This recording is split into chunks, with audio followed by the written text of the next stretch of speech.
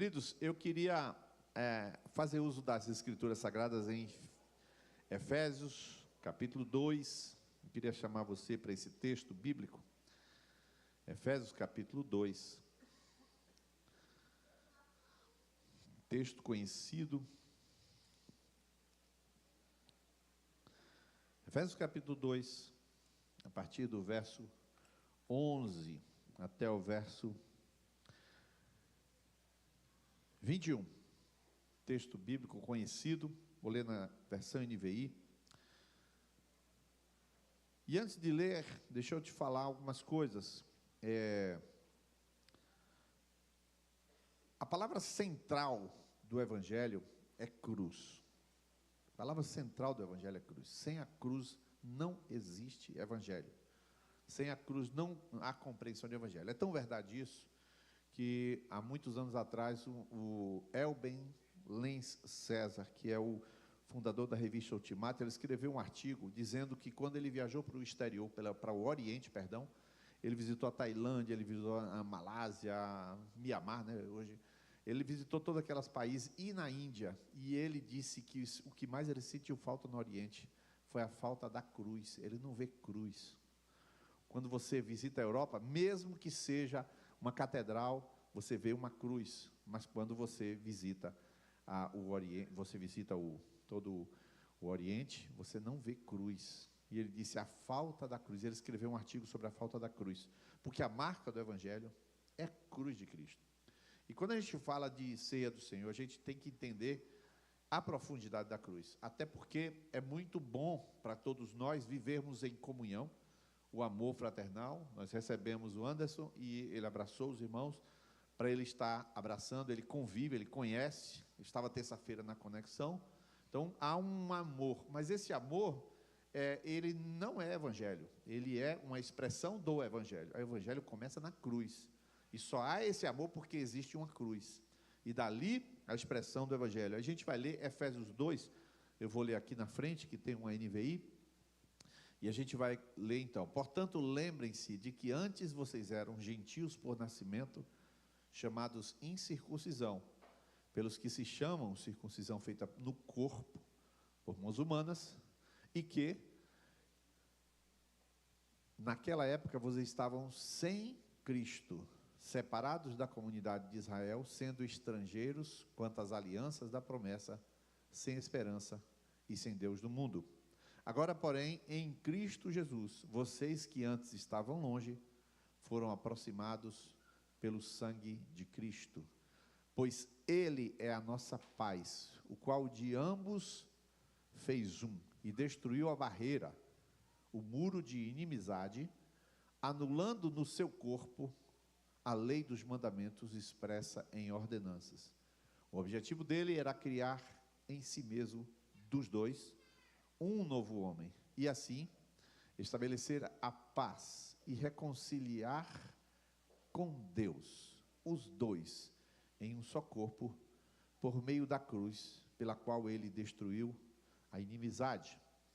Ele veio e anunciou a paz a vocês que estavam longe, e paz aos que estavam perto, pois por meio dele ambos temos acesso ao Pai, por o mesmo Espírito. Portanto, vocês já não são estrangeiros, nem forasteiros, mas concidadãos dos santos, e membros da família de Deus, edificados sobre o fundamento dos apóstolos e dos profetas, tendo Jesus Cristo como pedra angular, no qual todo o edifício é ajustado e cresce para tornar-se um templo santo no Senhor. Amém? Vamos orar, pedir que o Senhor nos conceda a revelação. Pai bendito, nós queremos pedir que o Teu Espírito essa noite esteja no Teu templo, a qual somos nós, ministrando luz, entendimento e verdade. Eu quero orar, Senhor, por aqueles que estão com alguma dor agora, uma dor de dente, uma dor de cabeça, uma enxaqueca. Eu quero orar por aqueles que estão incomodados com alguma dor física, Senhor, com um cansaço excessivo.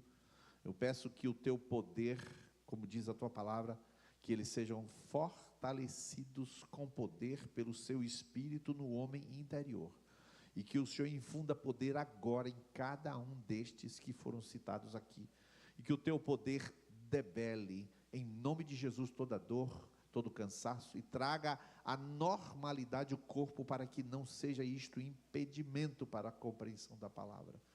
Eu peço, Pai, em nome de Jesus, que aqueles que estão, Senhor, com uma pesada preocupação ansiosa, que esta noite, neste exato instante, o Senhor conceda-lhes a paz que nós acabamos de ler nesse texto, a paz que emana da cruz. Libera uma paz gloriosa para cada coração agora, Espírito de Deus, para que esta palavra seja compreendida nesta dimensão de revelação.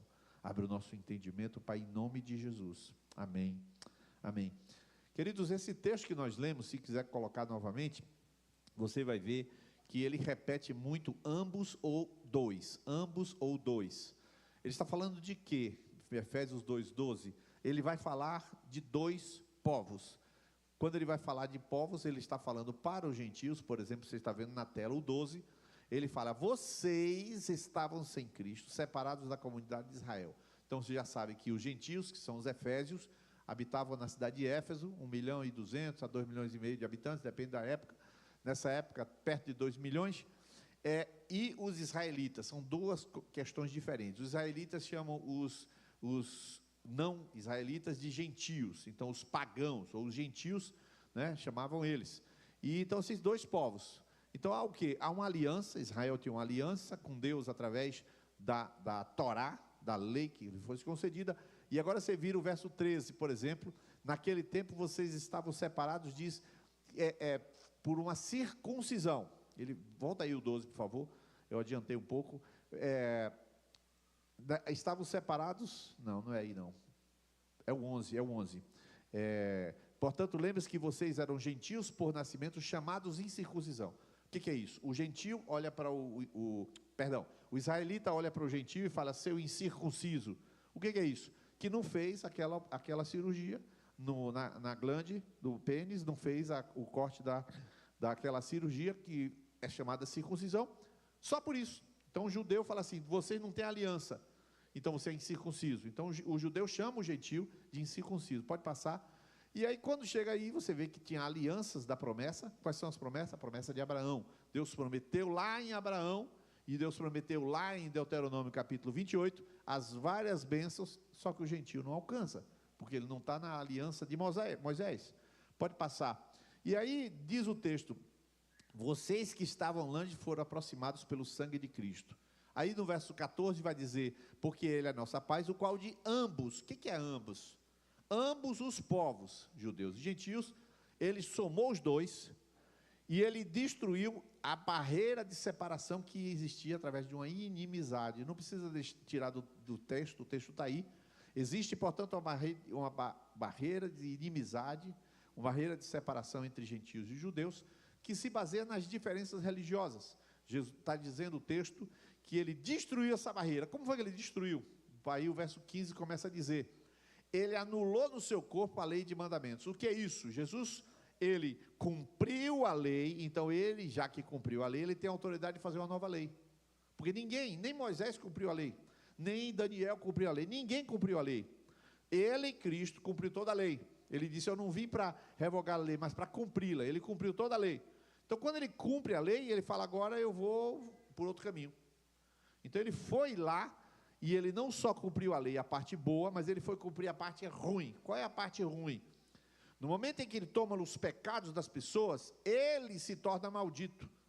Então, essa é a parte boa, precisa ser santo. Mas a parte ruim, ele precisa tomar o lugar do ímpio. Então, ele não só é santo, mas Jesus se tornou ímpio. Por isso, ele sobe na cruz e ele morre junto com a lei, junto com o mandamento. Ele morre junto. E aí ele fala: o objetivo dele, qual era? Era criar dos dois um novo homem. Exatamente. Então, você hoje, quando imagina a igreja, você não imagina a igreja com aqui a igreja, a ala dos judeus, agora a ala dos gentios. Você não imagina a igreja assim.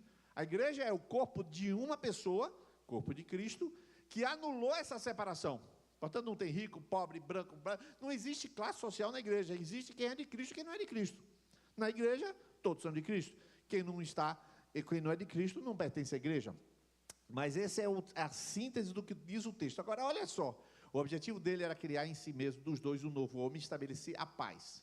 E aí vem o verso 16, que ele explica como foi. E reconciliar com Deus os dois em um só corpo por meio da cruz. Pode deixar esse texto aí, e aí você começa a ver que a cruz de Cristo, ela tem uma profundidade muito grande, porque destruiu os dois. Aí você fala assim, e o judeu não é judeu não? Se ele estiver em Cristo, não.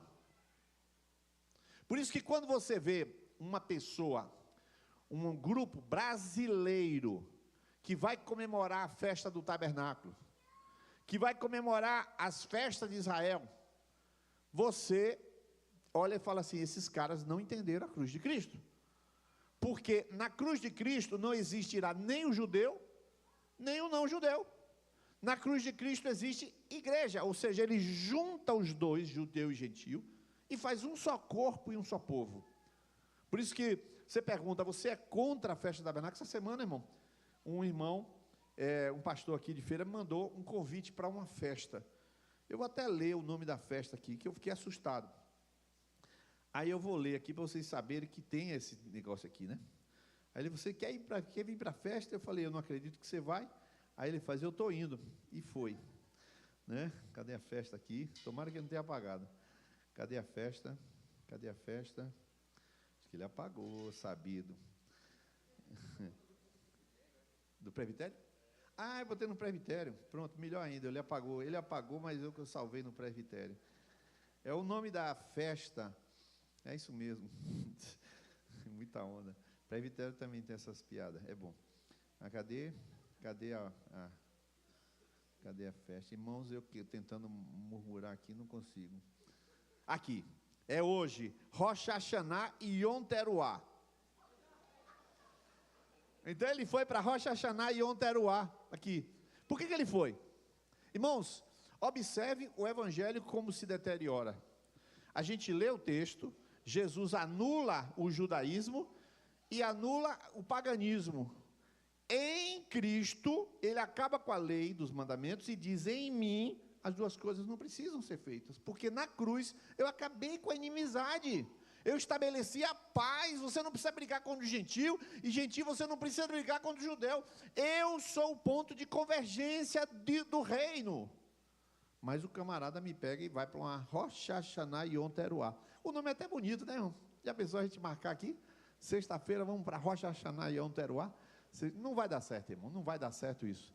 Mas entenda, pode passar o texto, mas olha o que vai ficar. Ele veio e anunciou a paz aos que estão longe, que estão perto, pode continuar. Por meio dele, ambos temos acesso ao Pai por meio de um só Espírito. Opa, começou a conceder algo. E olha o que vai acontecer no 19, ó. Portanto, vocês não são mais estrangeiros, também não são forasteiros, mas vocês são concidadãos dos santos.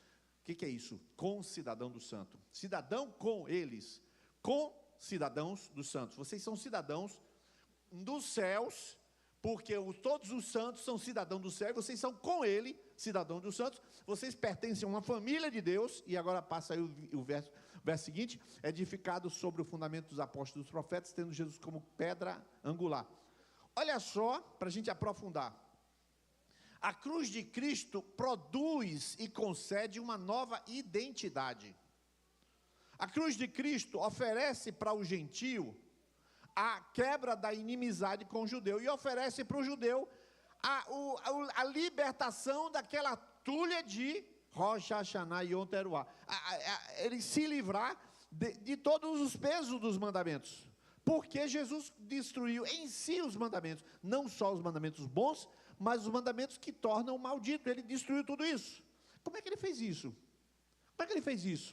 Porque ele foi chamado maldito de Deus, lá em Gálatas capítulo 3, mas Paulo levava tão a sério essa mensagem da cruz, que eu volto agora em 1 Coríntios 1,17, quando Paulo quando ele chega em Corinto, você vai ver isso, eu vou citar vários versículos que eles vão colocar na tela, 17, 18, 23, 1 Coríntios 1, pode colocar, ele vai dizer assim, porque não me enviou Cristo para batizar, mas para pregar o evangelho, não com sabedoria de palavra, para que não se anule a cruz de Cristo. Verso 18, 1 Coríntios 1. Certamente a palavra da cruz é loucura para os que se perdem, mas para nós que somos salvos, poder de Deus. Ele falou que o Senhor não me enviou a batizar, mas para pregar de modo que não anule a cruz. Depois, a palavra da cruz, agora o verso 23. Mas nós pregamos a Cristo crucificado, o qual de fato é escândalo para o judeu e loucura para os gentios. Não tem problema, o judeu não gosta de Jesus. Não tem problema que o gentio fala, esse homem é fraco, se ele fosse forte não tinha morrido. O gentio pode falar o que quiser, o judeu pode falar o que quiser, mas nós pregamos a Cristo, e não é o Cristo ressuscitado, é o Cristo crucificado, porque na cruz acontecem coisas. A ressurreição, ela lhe traz uma vida nova, mas ela não mata pecado. A ressurreição é fundamental. A cruz e a ressurreição são os dois juntos, mas nós vamos falar hoje da cruz. Sem ressurreição, a cruz não serve. Sem cruz, a ressurreição não serve. Mas não vamos falar da cruz, porque ele pregou Cristo crucificado. 1 Coríntios 2, 2. E aí Paulo, quando chega lá em Corinto, ele diz que foi pregar, 1 Coríntios 2, verso 2, olha assim: pois nada, bota o 1 para dar contexto. Ele vai pregar e fala assim: eu mesmo, irmãos, quando estive entre vocês, não fui anunciar o mistério de Deus a vocês com superioridade de discurso e de sabedoria, pois decidi não saber de nada enquanto estivesse entre vocês, exceto de Jesus Cristo e este crucificado. Então você tem que entender o que é cruz. Então você tem que compreender qual é a profundidade da cruz, porque ele vai pregar, ele disse: eu vou pregar cruz de Jesus, eu vou pregar Jesus crucificado. O que ele estava querendo dizer com isso? O que ele estava mexendo com isso? Irmãos, eu vou abrir um texto e vou fazer uma metáfora para poder explicar isso direito. Em Lucas 23, verso 32. Eu vou usar essa metáfora para te mostrar a força da cruz. É uma metáfora e é uma história. Lucas 23, você tem Jesus e você tem dois malfeitores, segundo o verso que está ali na tela. Dois outros homens, ambos criminosos, também foram levados com ele para serem executados. Eu pesquisei, e talvez vocês lembram, né? Mas existem algumas nomenclaturas para esses homens. A tradição diz que um deles se chamava Dimas, o outro se chamava Gestas, o ladrão bom, o ladrão mau, não sei o que é isso, né? Mas que disseram. E de repente, esses dois homens estão sendo levados. Olha o cenário. Pilatos constrangido e ao mesmo tempo querendo mostrar autoridade. Constrangido por quê? Porque ele não queria soltar, mas ele não tinha força, ele tinha dúvidas se deveria soltar ou não, porque era só pegar o exército romano, mandar dar uma bocada de porrada naqueles religiosos e fazer o que ele queria. Mas ele tinha problemas quanto a isso, porque se houvesse uma revolta ali, ele era o culpado. Então ele era fraco, ele não manteve a decisão, ele sabia que Jesus tinha sido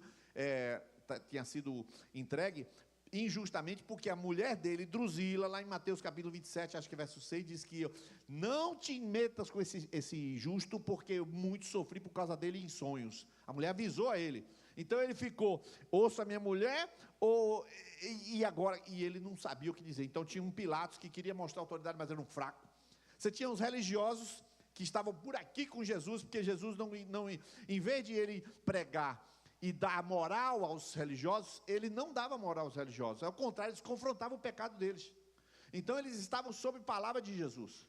Por outro lado, esses religiosos manipularam a multidão. Você tinha uma multidão gritando, crucifica, mas a multidão era gado. A multidão não estava falando com convicção, estava falando porque plantaram o discurso na boca daquela multidão. Tinha os soldados romanos que não estavam nem aí para nada, estavam se divertindo, não queriam saber de nada. Tinha também um camarada que não tinha nada a ver com a história, foi voltando do campo, pegaram ele, carrega a cruz aqui, pá, carrega a cruz aqui. Ele carregou a cruz, não tinha nada a ver com nada. E esse homem carregou a cruz e os dois filhos dele se converteram. Pois bem, aí depois tem mais quem? Dois malfeitores. E tem mais quem? Jesus. 7 divisões aqui eu coloquei. E aí eles estão andando em direção à cruz, dois malfeitores. Irmãos, daqueles 7 que eu citei, Pilatos, multidão, citei todos eles, o único que sabia o que estava acontecendo era Jesus de Nazaré. O único que tinha controle de tudo era Jesus. Pilatos não tinha controle nem força. Os religiosos estavam tirando onda com Jesus, quando colocaram lá, falaram: desce da cruz se és o Filho de Deus. Eles não ligavam para a ferida, nem para a dor, nem para nada. Eles estavam zombando daquele homem. Eles triunfaram. Eram pessoas insensíveis, triunfaram sobre aquele homem. Mas tinham 2 outros homens lá. Então você vê que esses grupos, eles não estão sabendo o que está acontecendo. Mas aquele homem que está sobre a cruz, ele sabe o que está acontecendo. Ele está olhando tudo. Ele está olhando uma mulher, um jovem. Ele coloca: cadê Pedro? Pedro fugiu. Os 11 fugiram. Dos 11 que fugiram, um deles foi se enforcar, Judas. Ficaram 10, então tem um aqui. Ele procura com o olhar, ele acha o rapaz. Aí ele acha uma mulher, é a mãe dele que está chorando. Tem outras mulheres que estão lá. Joana, mulher de Cusa. Mas ele olha Maria, e ele fala assim: mulher, eis aí o teu filho. E ele fala para ele: eis aí tua mãe. Esse homem está preso numa cruz, sendo zombado, mas ele está sabendo de tudo, entendendo tudo que está acontecendo.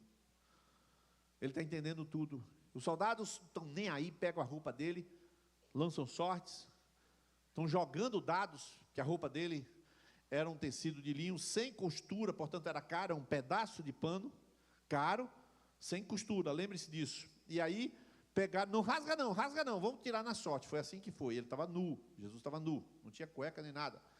Então, ele estava nu e no controle. Ele viu a mulher, ele falou um negócio, mas agora vem as 2 partes que eu quero falar. Vou pular logo para os ladrões. Os malfeitores estavam lá e começaram.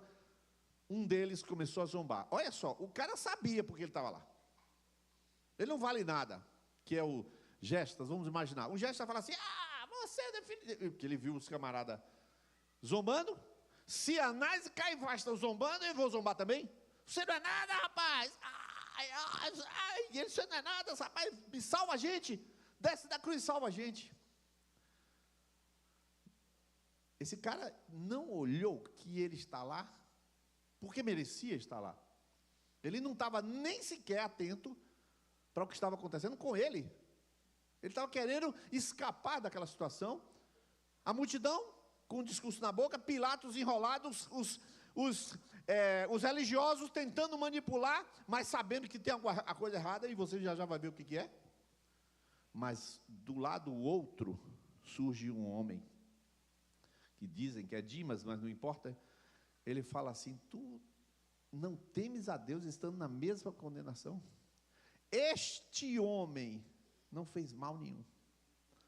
E este malfeitor, ali na cruz, vendo que Jesus olhava a preocupação com a mãe, vendo que Jesus não amaldiçoava, a Bíblia diz que da sua boca ele não falou nada, como ovelha muda.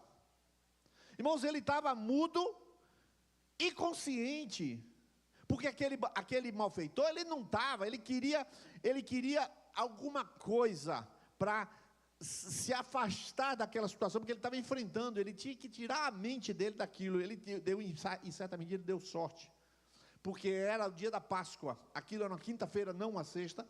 A sexta-feira, naquele dia, o grande sábado, que é o 14º dia, caiu numa sexta-feira. Então, João chama isso de grande sábado, e depois tinha outro sábado, eram 2 sábados seguidos. O grande sábado é só um feriado, igual ao dia 12. Então, naquele dia ali, ele deu sorte, porque depois que terminasse a crucificação, eles tinham que matar aqueles caras, porque senão eles iam ficar 8 dias sendo comidos por hiena e por corvo, até morrer. E aquele homem estava ali na cruz, e ele não sabia quem ele era, não tinha identidade. O único que tinha era Jesus.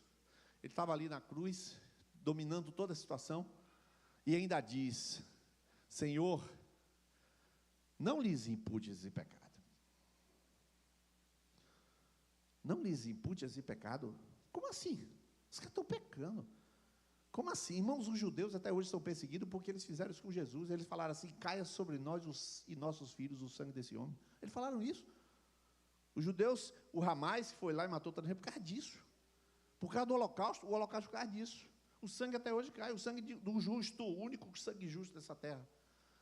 Então eles estão lá, Jesus está nesse nível de consciência, e aquele homem vira e fala assim: lembra-te de mim quando entrares no teu reino. Mas ele chamou aquele homem de Senhor.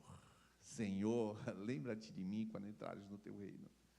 E aí Jesus fala o quê? Hoje mesmo estarás comigo no paraíso. Olha só, ali o Cristo salva, porque ali o Cristo perdoa, porque ali o Cristo vê mãe, o Cristo vê João. O Cristo, quando percebe que estão oferecendo a ele um vinagre, que na verdade é um vinho de alto teor alcoólico, e ele vai sofrer um certo torpor para não sentir muita coisa, ele vira o rosto e não bebe, porque ele não vai beber um negócio como, porque ele não vê, não sobe na cruz para ser anestesiado, ele vira o rosto, ele não toma, e ele chega uma hora que faz trevas, irmãos, eclipse solar, em pleno meio-dia, e ele dê aquele eclipse, e ele grita, Eli, Eli, lama sabachthani. Irmãos, ninguém está entendendo nada, ele fala em aramaico, Deus meu, porque desamparado. Por que ele está gritando isso? Porque ele é a única pessoa que sabe o que está acontecendo, ele é a única pessoa consciente do que está fazendo, ele é a única pessoa que está ali por você, ele está ali por alguém, ele está ali com missão, ele está ali para salvar a única pessoa de toda aquela multidão que vai ter consciência. Um bandido. Aquele bandido vai ter consciência nessa hora e vira, faz: Senhor, lembra-te de mim quando entrares no teu reino. E Jesus fala: eu subi na cruz para salvar você, Dimas. Eu subi na cruz para salvar você. Irmãos, por que eu estou falando dessas coisas? Pensa agora um pouco. Jesus levantou um discípulo chamado Paulo, e um dia Paulo, ele vive com Cristo, ele vê Cristo, Cristo aparece a ele, eu falo: quem és, Senhor? Mesma coisa, quem és, Senhor? Eu sou Jesus a quem tu persegues, levanta-te, e aí fala, manda ele entrar, lá em Damasco, ele é batizado, ele é cheio do Espírito, e este homem diz em Gálatas 6,14, ele diz que, quanto a mim, a única coisa que me importa não é circuncisão, nem circuncisão, mas ser uma nova criatura. A cruz de Cristo me separa do mundo e separa o mundo de mim. Quanto a mim, a única coisa que importa é que pela cruz eu estou separado do mundo e o mundo está separado de mim. Gálatas 6,14. Esse homem entende a cruz e ele vai dizer uma outra coisa que todo mundo conhece. Gálatas 2, 19 e 20, já estou crucificado e vivo. Vivo o quê? Não mais eu, mas Cristo. O que ele está querendo dizer com isso? Aí eu faço uma pergunta para você. Você subiria na cruz para ser salvo? Você iria para aquela cruz para ser salvo? Porque Jesus subiu na cruz para salvar. Mas o bandido subiu na cruz para ser salvo. Como assim? Porque foi o único daquele ambiente todinho que tomou consciência de quem ele era, para poder assumir quem ele pode ser. Ele disse: lembra-te de mim quando entrares no teu reino. Irmão, agora eu vou aprofundar com você. A cruz é a única solução para você se livrar de uma culpa. A cruz é a única coisa que tem em você para se livrar de uma memória. A cruz é a única coisa que pode separar você daquilo que você foi, daquilo que você pode ser.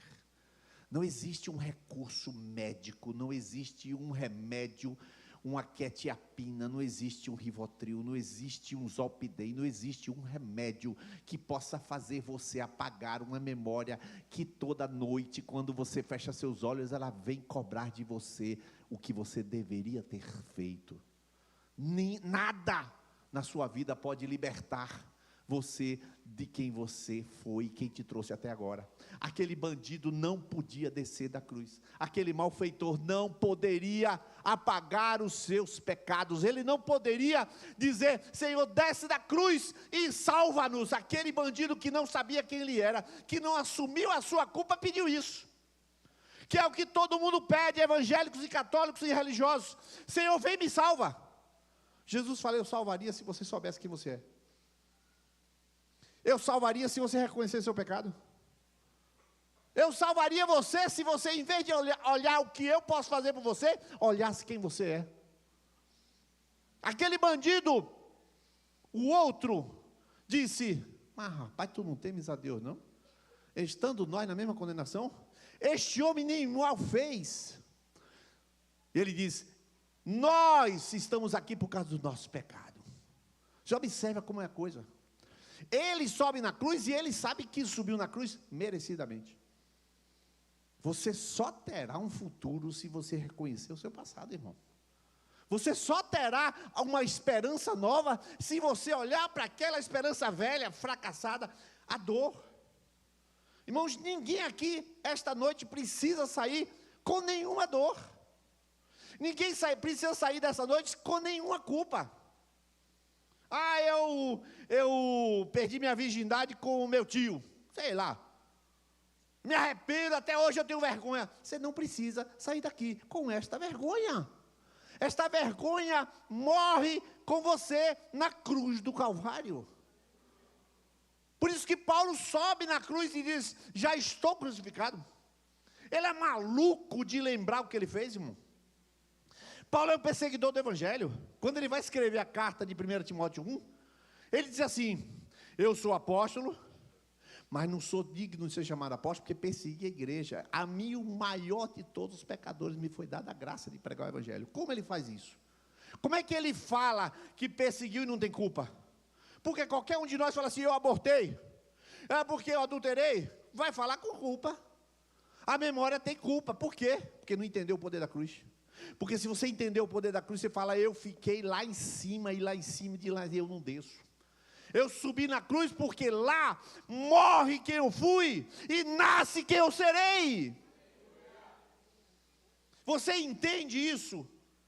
Não é a ressurreição é outra história. Não vou explicar agora a teologia da ressurreição.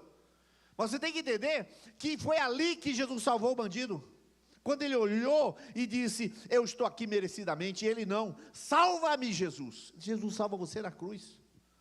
Na cruz você não deve nada, explicação nenhuma para si ou ninguém. Na cruz o que você fez é lição, é história. Como assim na cruz? Você precisa hoje entender que você não deve nada. Nós vamos tomar o cálice, o pão e o vinho, sem dever nada a papai, mamãe, marido, filho, Satanás, governo, nada. Quando você toma o pão e o vinho, você assume que você recebeu uma promessa: hoje estarás comigo no paraíso. Você recebeu uma palavra de salvação. Mas hoje, você pode assumir que tudo aquilo que subiu na cruz fica lá. A sua memória é ruim, aquilo que você fez, por que você tem culpa? Por que você carrega essa culpa? Se Jesus te perdoou, por que tu carrega? Por que você se cobra numa coisa que Jesus não te cobra? Por que você cai no jogo daquele outro bandido? Por que você não cai na graça do Espírito Santo que diz: por que tu carregas esse peso? Esse peso não é teu. Eu carreguei esse peso, você só tem que carregar o não peso, que é a promessa. Aquele homem, aquele Dimas e o outro, quando o Dimas, ele hoje estará comigo no paraíso, Jesus, a Bíblia diz que meio-dia, houve trevas, houve aquele grito que Jesus deu, e aí 3 horas de trevas, lá na frente vão dar aquele vinho, ele não toma, e ele vira e fala assim: nas tuas mãos, olha só que coisa tremenda, nas tuas mãos entrego o meu espírito. Quando ele fala, nas tuas mãos entrego o meu espírito, que coincidência, né? Não é coincidência. Quando ele fala, nas tuas mãos entrego o meu espírito, aí acontece o quê? Acontece um fenômeno. Acontece um fenômeno. Alguma coisa acontece com a morte de Jesus, que aqueles religiosos que achavam que estavam no controle, tu ficou sabendo aí agora? Rasgou o véu no templo. Impossível de rasgar. Não existe ser humano que tenha força para rasgar. Não tem mesmo não. Irmãos, o véu do templo não é uma cortina. O véu do templo é da grossura de uma parede. É cortina sobre cortina. Como é que rasga de cima para baixo um negócio daquele? Rapaz, quando eles chegam lá, eles que tinham controle, descobrem que não foi um homem que rasgou de baixo para cima, foi alguém que rasgou de cima para baixo, o controle deles foi a zero. Pilatos não sabia o que era, o centurião grita, verdadeiramente esse era um filho de Deus.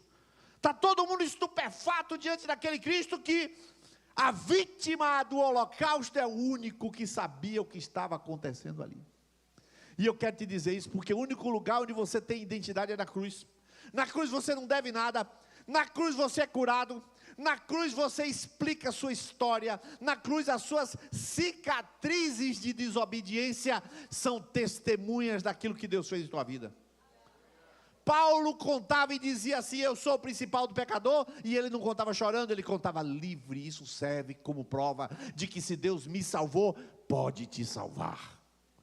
Isso é a história da cruz. A história da cruz é você ser curado. A história da cruz é você não ter culpa. A história da cruz é a sua história acabar. E você está crucificado e viver Cristo, porque Paulo disse, Cristo vive em mim, eu vivo, não mais eu, mas Cristo vive em mim. Eu termino dizendo o seguinte, se Jesus te der um cheque de 1 milhão, e você não sacar, eu não posso chamar você de burro. Eu chamaria você de burro se você estivesse lidando com coisas da matéria, coisas materiais. Mas se Jesus lhe der uma conta e um cheque de 1 milhão, e você não sacar, eu vou lhe dizer que você é incrédulo. Porque você tinha a chance de dizer, eu não carrego essa culpa, ninguém pode me dizer que eu sou o que eu não sou, eu sou Cristo, Cristo vive em mim, eu sou Cristo. Por isso que lá em Atos capítulo 11, quando os primeiros discípulos foram chamados de cristãos, como é que foram chamados de cristãos, se ninguém sabia esse termo? Inventaram, inventaram os Christos, botaram cristianos, que começa a dar para Christos, que é um xi, no grego. O que é isso? Eles lembraram daquele homem de Nazaré. Eles disseram, esses caras parecem pra caramba com ele. E eles dizem, são cristãos. Eles são parecidos. Claro que são parecidos, se eles são Cristo. Eles são pequenos Cristos, pequenas amostras de Cristo Jesus que estão na terra.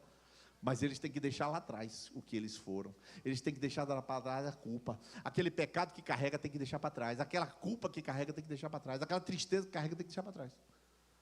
Meu irmão, essa noite, a gente vai tomar ceia. Mas eu não quero que você tome ceia carregando nada. Em nome de Jesus. Eu quero que você fique de pé nessa hora. Quero que você fique de pé nessa hora.